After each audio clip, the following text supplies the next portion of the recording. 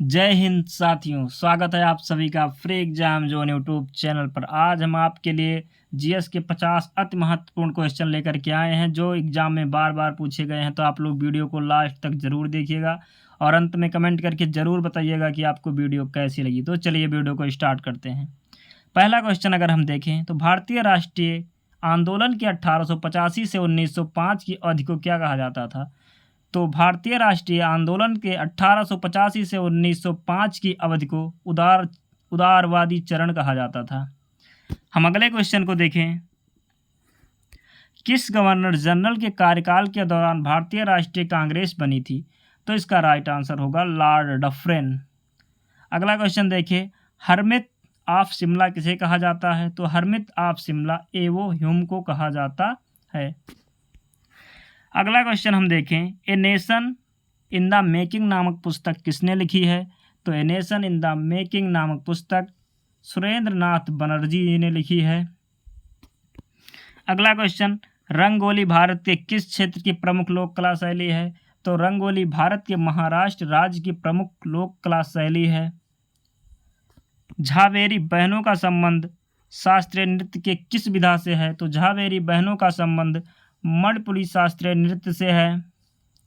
लीला सैमसन का संबंध किस शास्त्रीय नृत्य शैली से है? तो लीला सैमसन का संबंध भरतनाट्यम नृत्य शैली से है।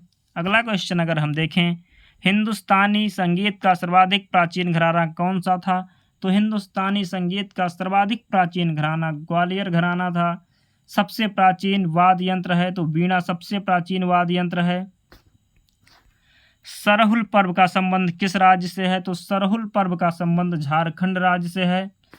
अगला क्वेश्चन हम अगर देखें। बिहू किस राज्य का लोक नृत्य है? तो बिहू असम राज्य का लोक नृत्य है।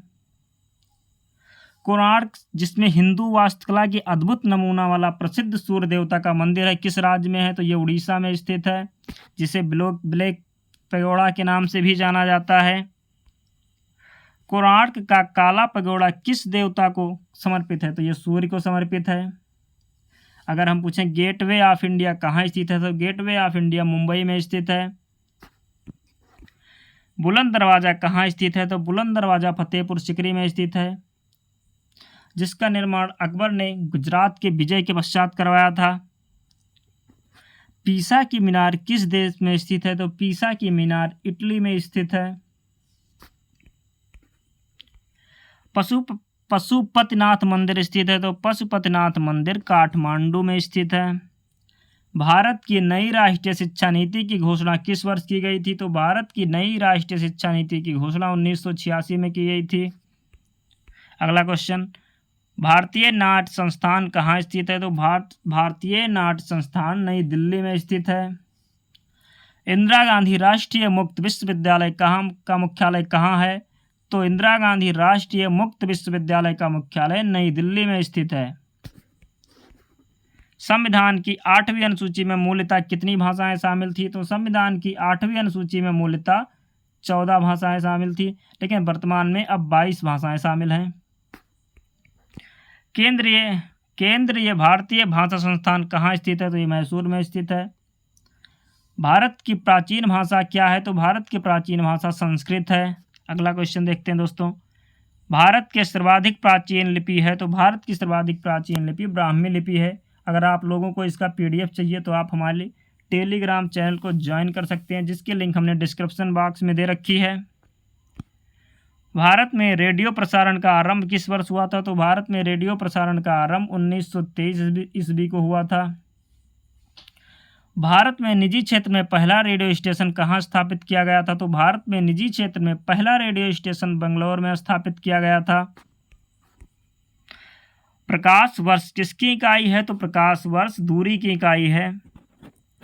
पदार्थ के संवेग और वेग के अनुपात से कौन सी भौतिक राशि प्राप्त की जाती है? तो पदार्थ के संवेग और वेग के अनुपात से द्रव्यमान की भौतिक राशि प्राप्त की जाती है। बल की परिभाषा आती है तो बल की परिभाषा न्यूटन के गति के प्रथम नियम से आती है। शुद्ध पदार्थ में कोई अन्य पदार्थ मिला देने पर उसके गलनांक पर क्या प्रभाव पड़ता है? तो गलनांक घट जाता है। चावल को पकाने में कहाँ अधिक समय लगता है? तो चावल को पकाने में माउंट एवरेस्ट पर अधिक समय लगता है। अगला क्वेश्चन, संविधान सभा का चुनाव किस आधार पर हुआ? तो संविधान सभा का चुनाव वर्गीय मताधिकार पर हुआ। संविधान सभा के प्रारूप समिति के सदस्यों की संख्या कितनी थी? तो संविधान सभा के प्रारूप समिति के सदस्यों की संख्या 7 थी। अगला क्वेश्चन, संविधान सभा के संवैधानिक सलाहकार कौन थे? तो संविधान सभा के संवैधानिक सलाहकार बेनेगल नरसिंह राव थे। प्रकाश तरंग किस प्रकार की तरंग है? तो प्रकाश तरंग अनुप्रस्थ तरंग है। प्रकाश के विद्युत चुंबकीय स्रोत की खोज किसने की थी? तो प्रकाश के विद्युत चुंबकीय स्रोत की खोज मैक्सवेल ने की थी। प्रकाश का वेग किसमें अधिकतम होता है? तो प्रकाश का वेग निर्वात में अधिकतम होता है। जब कांच की छड़ को रेशम से रगड़ा जाता है तो छड़ धन आवेशित हो जाती है। तड़ित चालक बनाए जाते हैं तो तड़ित चालक तांबे के बनाए जाते हैं। एक कृत्रिम उपग्रह में विद्युत ऊर्जा का स्रोत क्या है? तो सौर सेल है। न्यूट्रॉन की खोज किसने की थी? तो न्यूट्रॉन की खोज चैडविक ने की थी।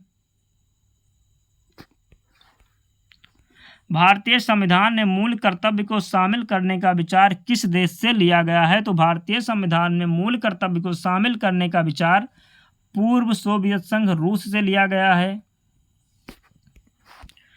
भारत के संघीय व्यवस्थापिका किस नाम से जाना जाता है? तो भारत के संघीय व्यवस्थापिका को संसद के नाम से जाना जाता है। संविधान की व्याख्या करने का अंतिम अधिकार किसे प्राप्त है? तो संविधान की व्याख्या करने का अंतिम अधिकार सर्वोच्च न्यायालय को प्राप्त है। विश्व का सबसे ऊंचा ज्वालामुखी पर्वत कोटोपैक्सी कहाँ स्थित है? तो विश्व का सबसे ऊंचा ज्वालामुखी पर्वत कोटोपैक्सी इक्वाडोर में स्थित है। फ्यूजियामा किस देश का ज्वालामुखी पर्वत है? तो फ्यूजियामा जापान देश का ज्वालामुखी पर्वत है। वायुदाब में अचानक आने वाली कमी किसका सूचक होती है? तो वायुदाब में अचानक आने वाली कमी तूफानी मौसम का सूचक होती है। पूरे वर्ष एक ही दिशा में प्रभावित होने वाली पवन क्या कहलाती है? तो पूरे वर्ष एक ही दिशा में प्रभावित होने वाली पवन सनातनी पवनें कहलाती हैं। भारत का सबसे ऊंचा नदी बांध कौन सा है? तो भारत का सबसे ऊंचा नदी बांध टिहरी बांध है। हीराकुंड बांध किस राज्य में स्थित है? तो हीराकुंड बांध पश्चिम बंगाल में स्थित है। आपको कमेंट करके बताना है कि हीराकुंड बांध किस नदी पर स्थित है। ये थे 50 क्वेश्चन दोस्तों। अगर आपको वीडियो पसंद आई हो तो लाइक कीजिए, शेयर कीजिए, चैनल को सब्सक्राइब कीजिए। मिलते हैं अगले वीडियो में, तब तक के लिए जय हिंद।